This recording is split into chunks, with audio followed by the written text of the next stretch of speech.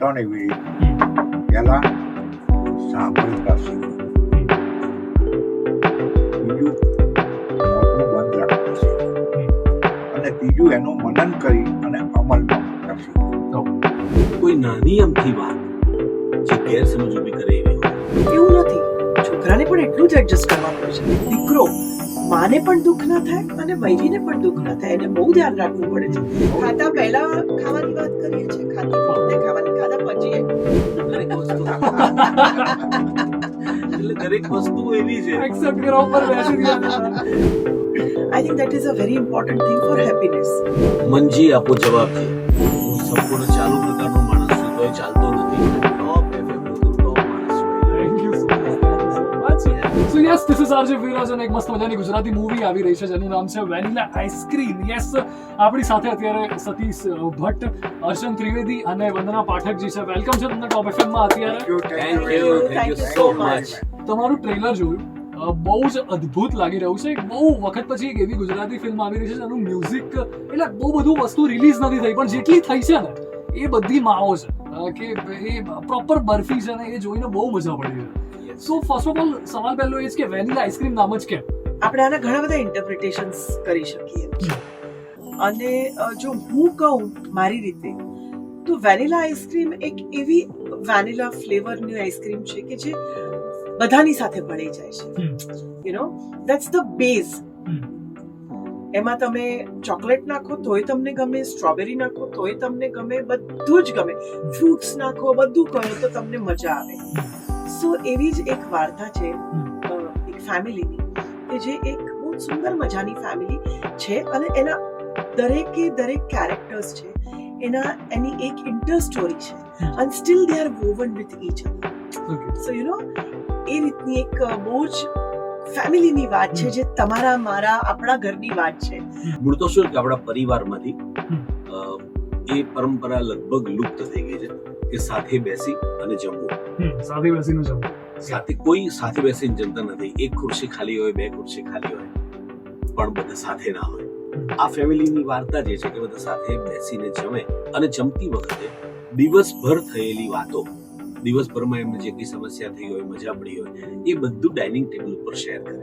અને એમાં કોઈ નાની અમથી વાત જે ગેરસમજ ઊભી કરે એવી હોય તો એ સમજણ સાથે એ ગેર કેવી રીતે દૂર કરવું, એ એટલે વેનીલા આઈસ્ક્રીમ. એટલે શું લાગે છે કે ત્રણેયને પૂછું છું કે મમ્મી અને વહુ એ બંનેમાંથી છેલ્લે જીતતું કોણ હશે ને એની વચ્ચે સરવાળે આપણે તો ઝીરો જ થતા હોઈએ છીએ.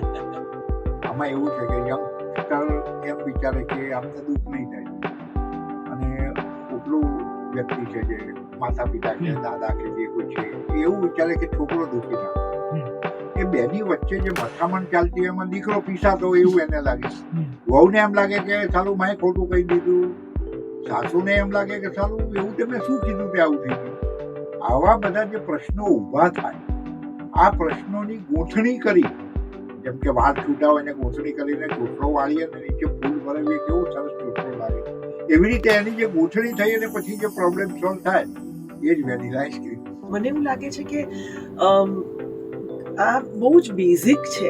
દરેક ફેમિલીમાં એવું હોય છે, જોઈન્ટ ફેમિલીમાં ખાસ એવું હોય છે જ્યારે આપણે બધા સાથે હોઈએ ત્યારે, કે હસબન્ડ, આપણે ઘણીવાર હું એમ કહેતી હોઉં છું કે આપણને એમ લાગે છે કે છોકરી જ બધું છોડીને આવી હોય છે એટલે she has left the house અને નવા ઘરમાં આવી છે તો એને એડજસ્ટ.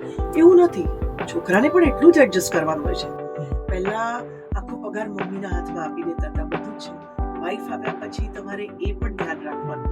સો એને બંને રીતે બધું જ બેલેન્સ કરવાનું હોય છે. એન્ડ અમારી ફિલ્મમાં બહુ સુંદર રીતે બધા પાત્રો, the daughter in law is also not wrong, the son is not wrong, mother is not wrong, father is not wrong, દાદાજી is not wrong, nobody is wrong.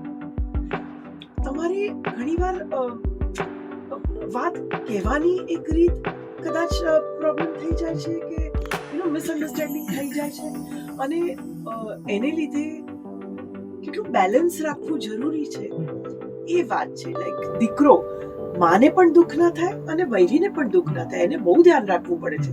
એક ઓફબીટ સવાલ પૂછું કે શૂટિંગ જ્યારે કરતા હતા ત્યારે એકચ્યુઅલમાં કેટલી વાર વેનીલા આઈસ્ક્રીમ આવ્યો સેટ ઉપર તો સૌથી વધારે કોણે ખાધો બધા કે કઈ કેવી વસ્તુ? Everybody is foodie, everybody is foodie. અમે બધા પૂછીએ છીએ.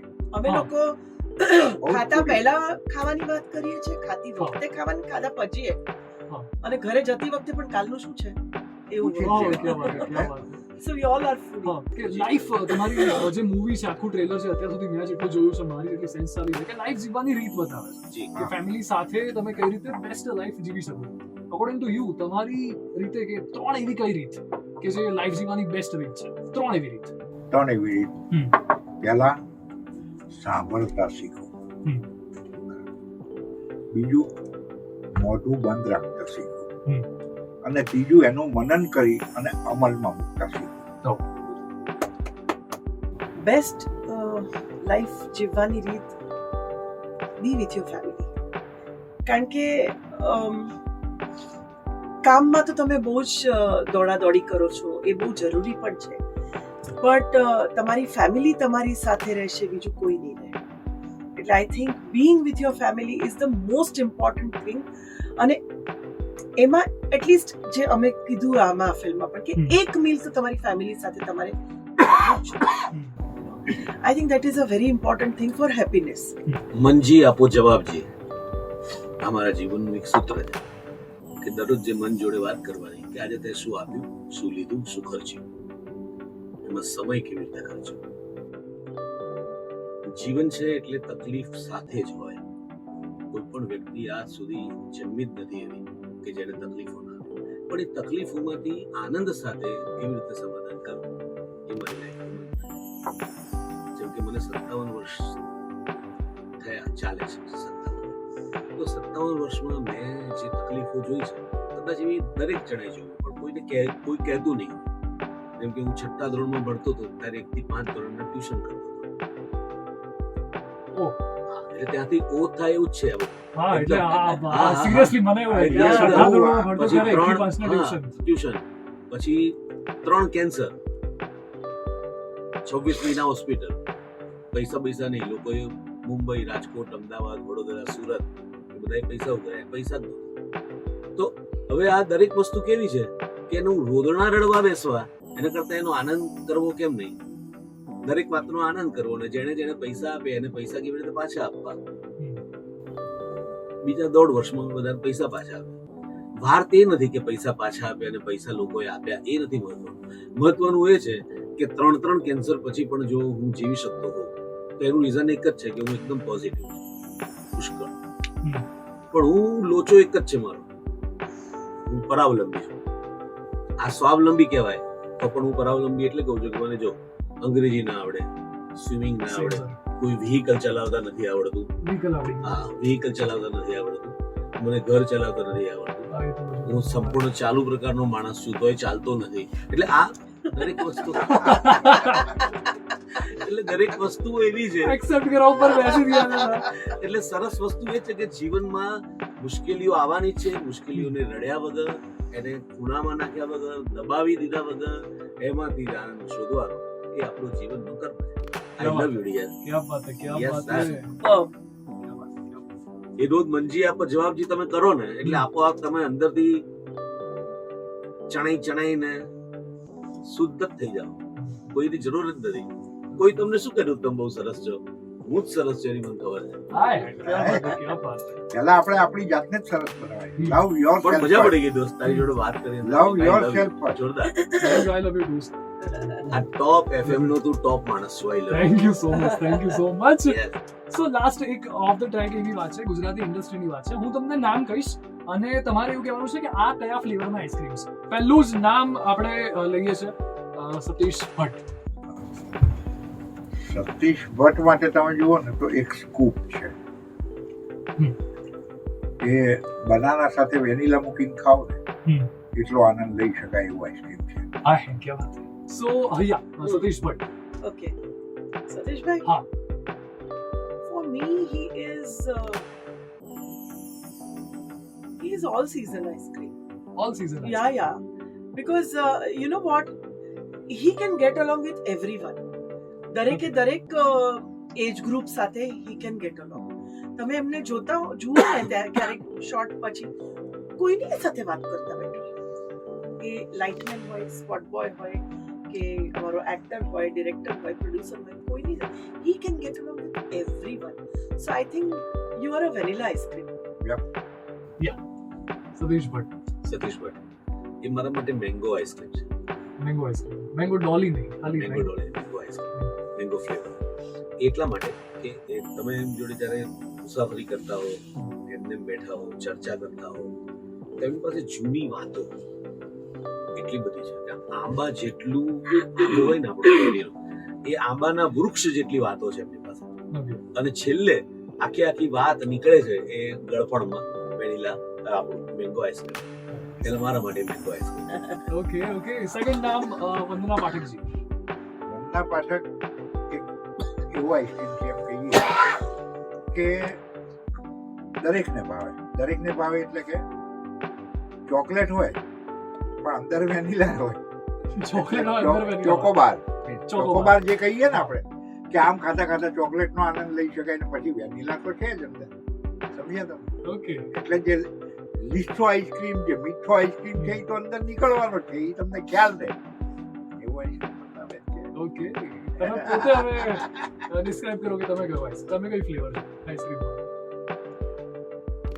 No. I don't know. Okay. What do you feel? I feel mango Dolly, કારણ કે તમે યલો પહેર્યું છે અને મને Oh, એટલે આજે હું મેંગો ડોલી છું. આજે મેંગો ડોલી છો તમે. વંદનાજી. વંદના મારી માટે અમે તો બહુ યંગ હતા ત્યારથી સાથે કામ કરતા. વંદના તો હજી યંગ છે પણ ત્યારથી અમે સાથે કામ કરતા હતા. એટલે મને એવી ખબર છે કે કસાટા આઈસ્ક્રીમ છે. સો લાસ્ટ બે નામ છે, એમાંથી હવે નામ છે અર્ચન ત્રિવેદી. અર્ચન ત્રિવેદી છે ને એ મિલ્ક શેક વિથ આઈસ્ક્રીમ છે. Milkshake with ice cream. ઓકે. એટલે તમે જેમ શીખ લેતા જાઓ ને એમ એની મજા આવતી જાય ને, આઈસ્ક્રીમ નીચે ઉતરતો જાય અને પછી તમે છેલ્લે આઈસ્ક્રીમનો સ્વાદ માણી શકો એવો વ્યક્તિ છે. ઓહ, ક્યા વાત હે, ક્યા વાત હે. જોરદાર. ટૂંકમાં મને કોઠીનો આઈસ્ક્રીમ કહેવાય. હજુ જોઈએ બીજો કયો નીકળે છે. હજુ એક તો તમારો તો બાકી જ છે, તમારે તો ડિફાઇન કરવાનું જ છે હજુ. મને એવું લાગે છે કે એ સન્ડે છે which has all flavors Yeah. with a topping of chocolate. You know why chocolate? Because chocolate અત્યારની જનરેશનને, યંગસ્ટર્સને બધાને ચોકલેટ બહુ જ ભાવે છે. બિલકુલ. પહેલા તો ફ્લેવર પછી કરીએ, પણ હું કોઠીનો આઈસ્ક્રીમ, સંચાનો આઈસ્ક્રીમ છું. એટલે કોઈ પણ મને ફેરવી શકે. ઓકે. એ ના, એવું નહીં. ફેરવતા ચોન થઈને હા, આવ્યો એકદમ છે, મસ્ત. એકદમ જામ અંદરથી જે મજા પડે. એટલે હું મારી જાતને એવું કહી શકું કે હું કુલ્ફી વાળો આઈસ્ક્રીમ છું. ઓકે. લાસ્ટ નામ મલ્હાર ઠાકર. મલ્હાર ઠાકર એ એકચ્યુઅલી ભેળ છે. ભેળનો આઈસ્ક્રીમ મને એ કેવો લાગે? ભેળનો ice cream. I don't know about others, but for me, he is my favorite સીતાફળ. સીતાફળ. પણ એ અમુક સીઝનમાં જ મળે આપણે. હું એવી જ વાત જ નથી કરતી. બારે હું season. મારી ફેવરેટ વાત કરું. ઓકે. Because I love સીતાફળ આઈસ્ક્રીમ. મને મારો મોસ્ટ ફેવરેટ સીતાફળ આઈસ્ક્રીમ છે. So my Malhar is my most favorite. So I compare it with my favorite ice We cream. miss you. We miss you. We miss you. I miss you, Malhar. I miss you. Bachcha. Yes, Malhar Thakar. Malhar Thakar એ તમામ પ્રકારના આઈસ્ક્રીમનું bucket છે. બહુ જ જોરદાર આખી વાત રહી છે. અને વેનીલા આઈસ્ક્રીમ મૂવી રિલીઝ થઈ ગયું છે, તો મેક શ્યોર તમારા નજીકના સિનેમાઘરોમાં તમે જોઈ આવો, તમારી ફેમિલી સાથે માણી આવો, કારણ કે આ બધા જ લોકો, આમના સિવાય પણ જેટલા પણ લોકોએ કામ કર્યું છે આ ફિલ્મની અંદર, બધાએ પ્રોપર મજા કરાવી છે.